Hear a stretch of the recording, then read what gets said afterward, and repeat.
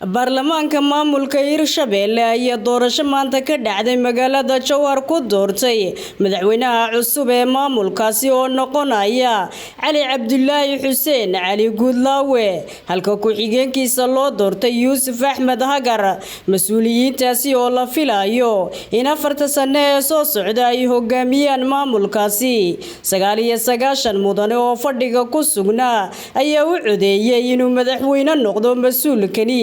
sidoo kale gudoomiyaha baarlamaanka Hirshabelle ayaa ku dhawaaqay natiijada doorashada waxaana uu yiri xildhibaan oo golaha shacabka baarlamaanka labaad ee dawlad goboleedka Hirshabelle musharax Cabdiraxmaan Jimcaale Cusmaan wuxuu helay 13 cod musharax Cali Guudlaawe Xuseen wuxuu helay 86 cod ma jirto cod halaabay 4 sano ee soo socoto waxaa noqon doona madaxweynaha sharciga ah ee dawlad goboleedka Hirshabelle musharax Cali Guudlaawe Xuseen madaxweynaha la doortay ee maamulka Hirshabelle ayaa isna madasha ka jeediyay hadal u badnaa mahadcelin waxaana uu yiri Allah ayaan u mahadcelinaynaa marka labaad waxaan rabaa inaan u mahadceliyo xildhibaanada dawlad goboleedka Hirshabelle ee codkooda isiiyay ogolaaday 4 sano ee soo socoto inaan yeesho go'aanka ugu dambeeyo dawlad goboleedka Hirshabelle waa ugu mahadcelinaa waa mahadsantiin xildhibaanadayda ayaan leeyahay marka saddexaad waxaan u mahadcelinayaa duubabka iyo odayaasha dhaqanka qiimiga badan ee ugu soo sabray daruufii kala duwanaay ee aan ogahay inay xaalado badan oo culays ah la soo kulmeen iyagoo ku sabray ujeedkooduna oo ahay in ummadooda ay duubabka u yihiin ay helaan maamulay ku hirtaan oo ku nastaan inay helaan sabarkii ay sabreen Ilaahay ka abaal mariyo annagana waa ugu mahadcelinaynaa waana hubnaa inay xaalado adag oo badan ku soo sabreen waxaan leenahay Ilaahay idinka abaal mariyo duubabka dhaqanka ee soo xulay baarlamaanka labaad ee dawlad goboleedka Hirshabelle waxaan rabaa inaan u mahadceliyo gudiyadii kala duwanaay ee howlaha ayaguna soo qabtay sida guddigii farsamada ee muddada dheer shaqaynayay bilow u ahay processkan bilaabay waxaan leeyahay guddigaas waa dadaasheen waadna mahadsantiin ummaddiinana shaqo mug leh oo muuqata ayaad u qabateen mana la ilaabi doona Ilaahay idinkana idinka abaal mariyo ayaan leeyahay waxaan rabaa inaan asigana u mahadceliyo guddigii doorashada guddoonka baarlamaanka dawlad goboleedka Hirshabelle ee iyaguna soo daadihiyay ilaa guddoon baarlamaan ee baarlamaanka dawlad goboleedka Hirshabelle oo yeesho iyaguna hawsha waday waa mahadsantiin ayaan leeyahay waxaan asigana u mahadcelinayaa guddiga ugu dambeeyay ee ka shaqeeyay doorashadii madaxweynaha iyo madaxweyne ku-xigeenka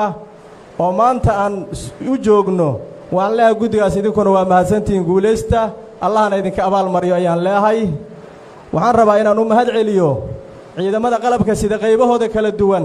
ee habeen iyo maalin u taagnaay say amniga u sugi lahaayeen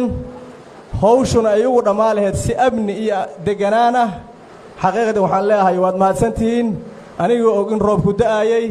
dhilmaayada ay taagnaayeen habeen iyo maalin waxaan leeyahay waa mahadsantihiin ummaddiinnana abaal ayay idinkaga haysaa annaguna si gaar ayaan idin ogaa doonnaa hal maalin haba yaraatee wax amni darraa lama dareemin Allah ayaan uga mahadcelinaynaa gaar ahaan ciidamadii qalabka sida qayboodii kala duwanaay ee habeen iyo maalin dhaxanta iyo dhadiga u taagnaa ee roobka ku da'aya waxaan leeyahay waa mahadsantiin Allahna idin guuleeyo horena u sii wada sidaad hadda u wadiin aadaadna ugu mahadsantihiin waxaan rabaa inaan u mahadceliyo bulshada qaybaheeda kala duwan ee qayb waliba meeshii ugu aadaneed ay ka qabatay hadday martigelin tahay hadday talo la soo jeedihaya tahay iyo hadday toosin tahay bulshada qaybaheeda kala duwan ee ku nool dawlad goboleedka Hirshabelle waa uga mahadcelinaya xaqiiqdii processka qaybta ay ka qaateen oo qayb mug leh xaqiiqdii waxaan leeyahay waa bulsho bisil waa bulshay ka go'an tahay inay horumar gaaraan khayrkoodna ay wax la qaybsadaane waxaan leeyahay bulshada ku nool dowlad goboleedka Hirshabeelle waa mahadsantihiin madaxweynaha cusub ayaa la sheegay inuu ku guuleystay coddan 86 halka ninkii la loolamayay uu helay 13 cod madaxweynaha cusub ee loo doortay Hirshabeelle Cali Cabdillaahi Xuseen Cali Guudlaawe ayaa dhashay sanadkii 1974 waxaana uu ku dhashay degmada Mahaday ee gobolka Shabeellada Dhexe waxbarashadiisii dugsiga hoose iyo dhexe iyo sare waxa uu ku soo qaatay dhammaantood magaalada Jowhar waxbarashada heerka koobaad ee jaamacadda ayuu sidoo kale ku soo qaatay jaamacadda Somali International University waxaana uu hore u soo noqday madaxii maaliyadda ee maamul goboleedka Shabeellada Dhexe xilligii uu maamulayay Maxamed Dheere 2001 ilaa 2006 sidoo kale waxa uu soo noqday gudoomiye ku-xigeenka gobolka Shabeellada Dhexe intii u dhaxaysay 2007 ilaa 2009 gudoomiyaha gobolka Shabeellada Dhexe ayuu sidoo kale noqday sanadkii 2014 ilaa 2016 bishii Oktoobar ee sanadkii 2016 ayaa loo doortay madaxweyne ku-xigeenka dowlad goboleedka Hirshabeelle sidoo kale madaxweynaha cusub ee maanta la doortay